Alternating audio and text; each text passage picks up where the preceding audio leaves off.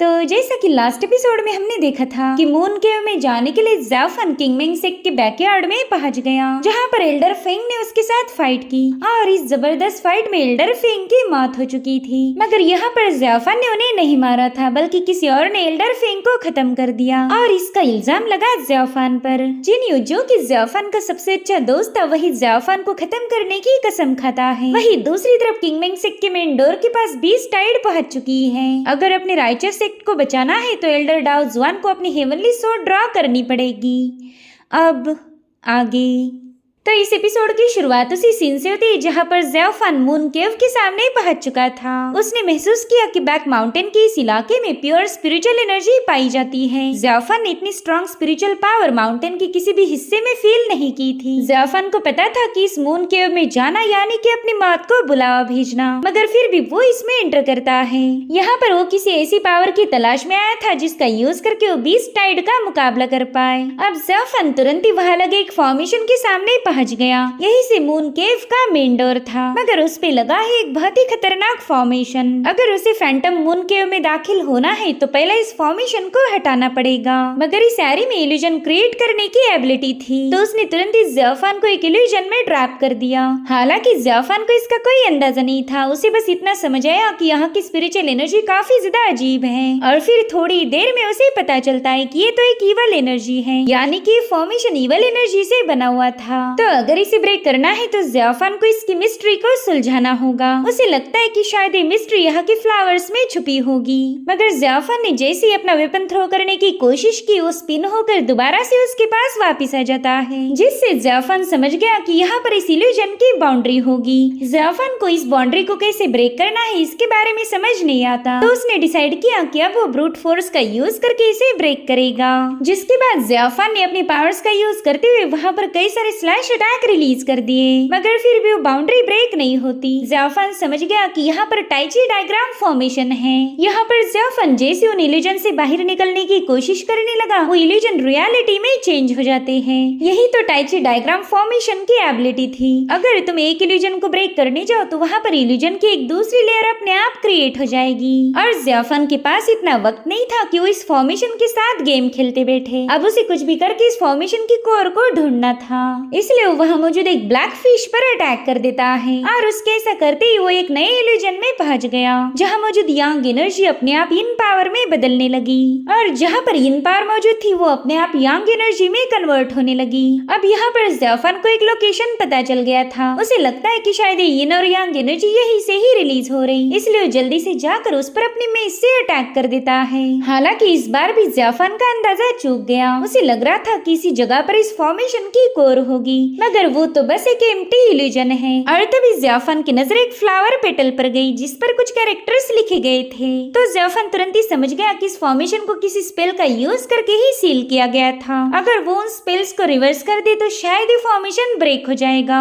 इसलिए वो वहाँ मौजूद फ्लावर पेटल्स को अलग अलग जगह पर सेटअप करने लगा। वेल, इस प्रोसेस को 5 एलिमेंट प्रिमोर्डियल एनर्जी रिवर्सल भी कहा जाता था। देखते ही देखते वहाँ पर कई सारे लेटर्स फ्लोट होने लगे, जिनका यूज करते हुए ज़ाओफन ने फाइनली उस फॉर्मेशन को रिवर्स कर दिया। और उसके ऐसा करते साथ ही वहाँ का रास्ता भी ओपन हो चुका था। ये तो अच्छा हुआ कि ज़ाओफन के पास राइचस पाथ के कई सारे टेक्निक का नॉलेज था। उस नॉलेज के बिना तो कभी भी टाइची डायग्राम फॉर्मेशन को रिवर्स ही नहीं कर पाता, क्योंकि इस फॉर्मेशन को ओपन करने के लिए सुप्रीम डाओ रन के प्योर पावर की जरूरत थी, जो कि ज़ाओफन ने ऑलरेडी मास्टर की है। अब वहाँ का रास्ता ओपन होते ही ज़ाओफन फैंटम मून केव में एंटर करता है। उसने देखा कि वहाँ पर हजारों सोर्ड जमीन में धसी हुई थी। साथ ही साथ यहाँ पर ज़ाओफन को बहुत ही स्ट्रॉन्ग सोर्ड इंटेंट भी महसूस होने लगा। उसे समझ नहीं आ रहा था कि ये सारी तलवारें इस मून केव में कहां से आ गई। कहीं ये किंगमिंग सेक्ट के प्रीवियस मास्टर्स ने तो यहाँ पर नहीं छोड़ी थी। यहाँ पर ज़ाओफन के पास जो ब्लड डिवावरिंग मेज था, उसकी इवल एनर्जी को वहाँ मौजूद सभी सोर्ड्स ने महसूस कर लिया।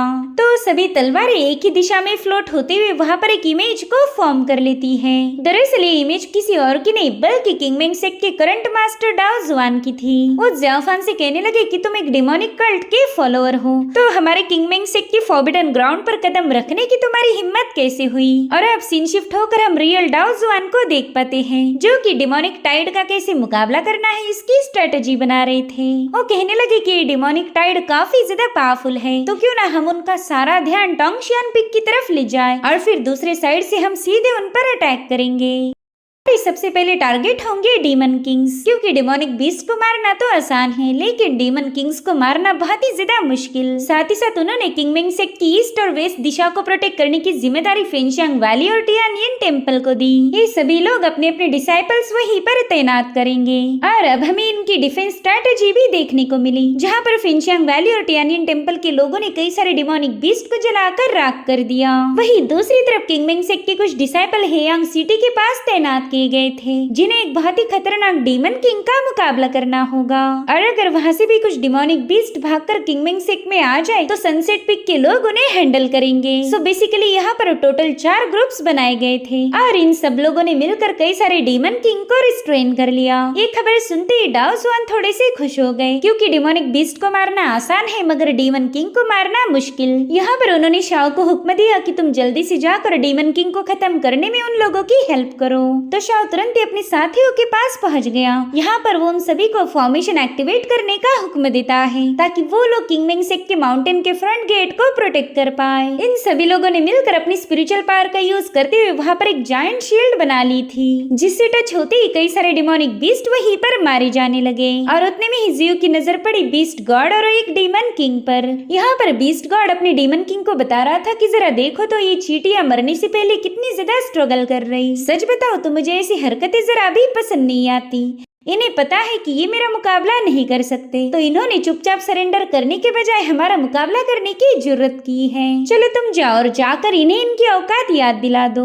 तो स्केलेटन से बने हुए ड्रैगन किंग ने तुरंत ही जाकर इनकी शील्ड पर अटैक कर दिया। उसके एक ही ब्लो में कई सारे डिसाइपल ऑन द स्पॉट मारे गए। दरअसल इस डीमन किंग के पास बहुत ही भयानक डिमोनिक एनर्जी थी, जिसके चलते इनकी शील्ड भी ज्यादा देर तक उसके सामने टिक नहीं पाएगी। वहीं दूसरी तरफ हम ज़्याओ फान को देख पाते हैं, जो कि डाओ जुआन की इस फॉर्म को देखकर समझ गया कि तो डाओ जुआन का सोड इंटेंट होगा। इधर डाओ जुआन ने एक सोड फॉर्मेशन एक्टिवेट कर दिया था। वो ज़्याओ फान से कहते हैं कि तुमने हमारे फॉरबिडन ग्राउंड में ट्रेसपासिंग करने की जरूरत की है, इसकी सजा तो तुम्हें जरूर मिलेगी। और अब वो उन्हीं सोड का यूज करते हुए ज़्याओ फान पर अटैक कर देता है। यहाँ पर ज़्याओ फान अपने ब्लड डिवावरिंग मेस का यूज करते हुए उसके अटैक को काउंटर करने लगा। हालांकि ज़्याओ फान को पता था कि इस केव में इतना ज्यादा सोड इंटेंट है कि वो डायरेक्टली इसका मुकाबला नहीं कर पाएगा।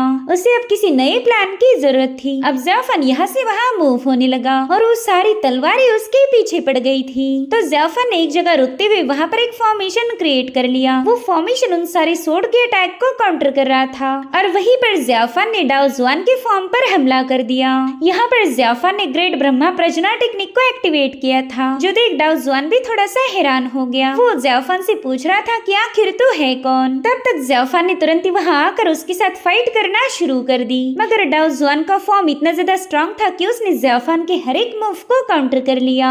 इतना ही नहीं, वो एक बार फिर से ज़्याओ फान पर अपनी मल्टीपल सोड से अटैक कर देता है। तो ज़्याओ फान उन सारे सोड अटैक को डॉज करते हुए सीधे डाओ जुआन के साथ भिड़ गया। यहाँ पर इन दोनों के दरमियान एक जोरदार क्लैश होकर ज़्याओ फान सीधा पीछे पुश हो चुका था और उतने में ज़्याओ फान टाइजी मिस्टीरियस क्लियर डाओ टेक्निक को एक्टिवेट कर देता है, जो कि किंगमेंग सेक्ट की एक स्पेशल टेक्निक मानी जाती थी। अब इसे देखकर तो सोड इंटेंट थोड़ा सा कंफ्यूज हो गया। वो सोच में पड़ गया कि ये बंदा एक डिमोनिक कल्टीवेटर होकर भी राइचस पाथ की टेक्निक का यूज कैसे कर पा रहा। इधर बैटल ग्राउंड में वो डीमन किंग इन लोगों की फॉर्मेशन को ब्रेक करने में लगा हुआ था।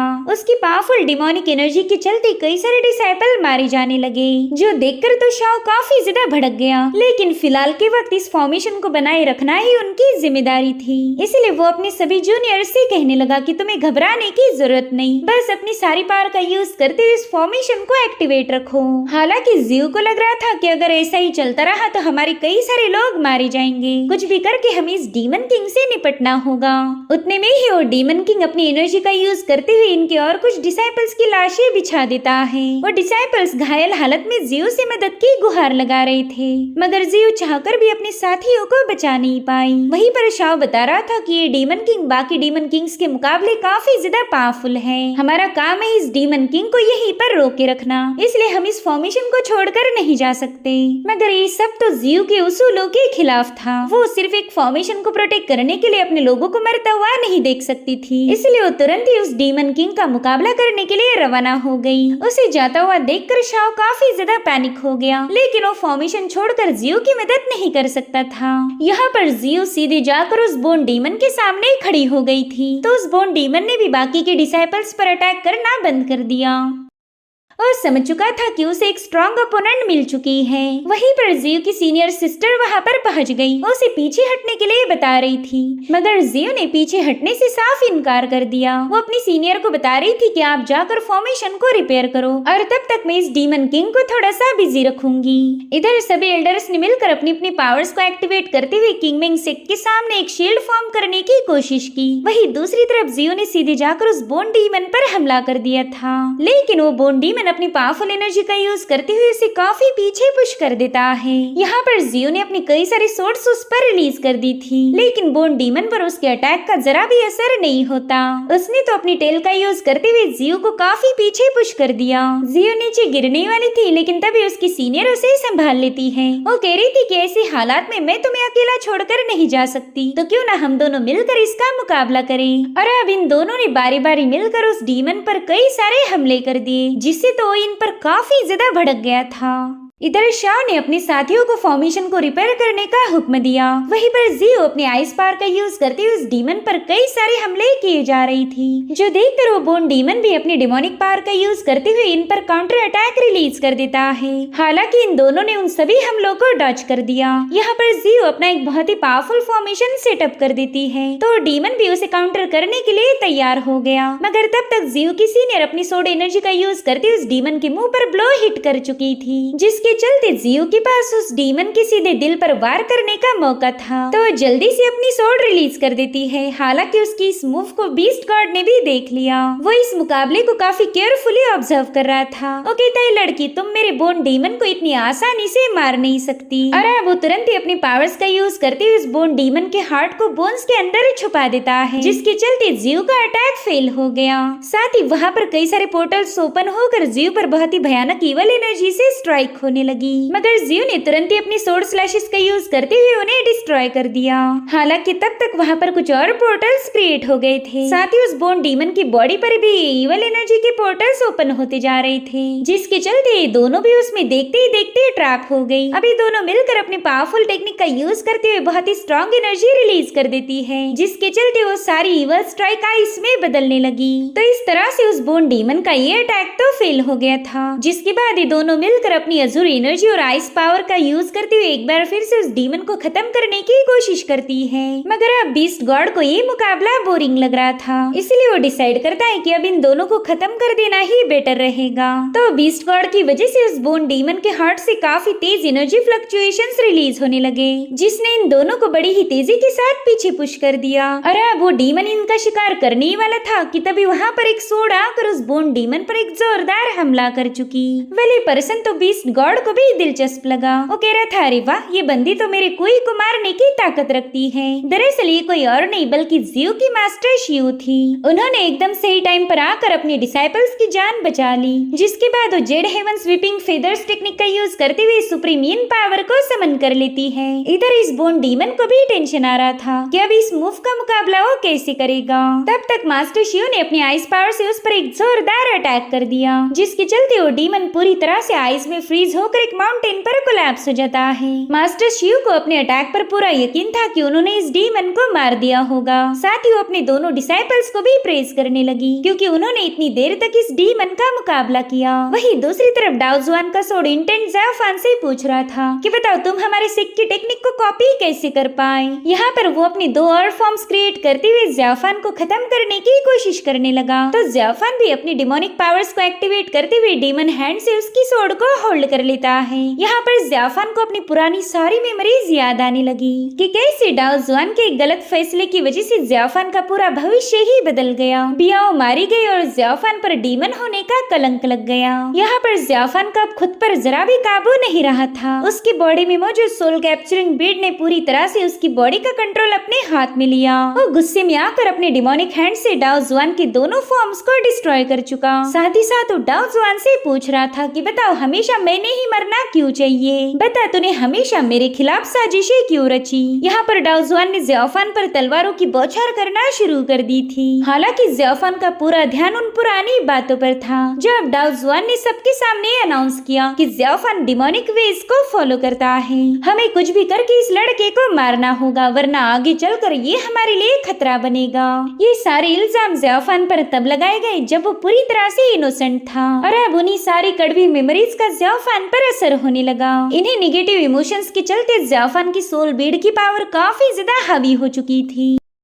वो डाओ जुआन को बता रहा था कि मेरे पास बस एक ट्रेजर था और एक कल्टीवेशन मेथड थी और सिर्फ उन दो चीजों के बलबूते पर तुमने मुझे ईवल करार दिया। क्या वाकई किसी ट्रेजर का यूज करने से एक बंदा डीमन बन जाता है? अगर इस दुनिया में ईवल लोग हैं तो इसके लिए ये दुनिया ही जिम्मेदार है। तुम्हारे जैसे सच्चाई की राह पर चलने वाले लोग ही हमारे जैसे लोगों को डीमन बनाते हैं। यहाँ पर अब ज़ाफान की बॉडी से काफी ईवल एनर्जी रिलीज होने लगी थी। वहीं पर डाओ जुआन उस पर अपनी हेवी सोर्ड से अटैक करते हुए कहने लगा कि चाहे मुझे हेवन के खिलाफ ही जाना क्यों ना पड़ जाए, लेकिन आज मैं तुम्हें खत्म कर दूंगा। हालांकि वो देखता है कि ज़ाफान की इवल एनर्जी के सामने उसकी हेवी सोर्ड भी ज्यादा देर तक टिक नहीं पाएगी, इसलिए वो वहाँ पड़ी हुई सभी सोर्ड्स को समन करने लगा। उसके एक ही इशारों पर लाखों करोड़ों सोर्ड्स डाओ जुआन के पास आ चुकी थी और अब उन सभी सोर्ड्स को आपस में मर्ज करते हुए एक बहुत ही विशाल सोर्ड को फॉर्म कर लेता है। वो ज़ाफान से कह रहा था कि आज चाहे कुछ भी क्यों ना हो जाए मैं तुझे खत्म कर दूंगा, जिस पर ज़ाफान कहने लगा कि 10 साल पहले भी तू मुझे मार नहीं पाया था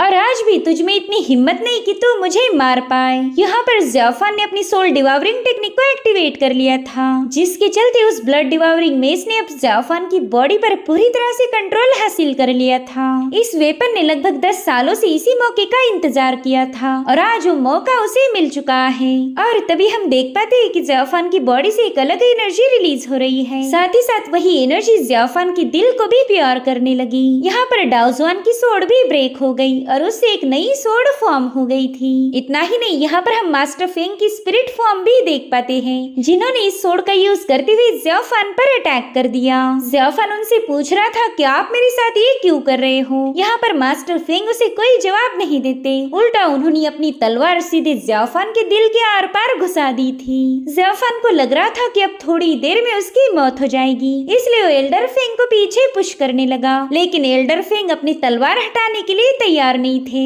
यहाँ पर ज़ाफान को काफी ज्यादा पेन होने लगी, मगर तभी उसे रियलाइज होता है कि उसकी बॉडी से डिमोनिक एनर्जी कम हो रही है। इतना ही नहीं, उसे ये भी याद आया कि यही वो एल्डर फेंग है जिनके साथ उसने बैकयार्ड में फाइट की थी।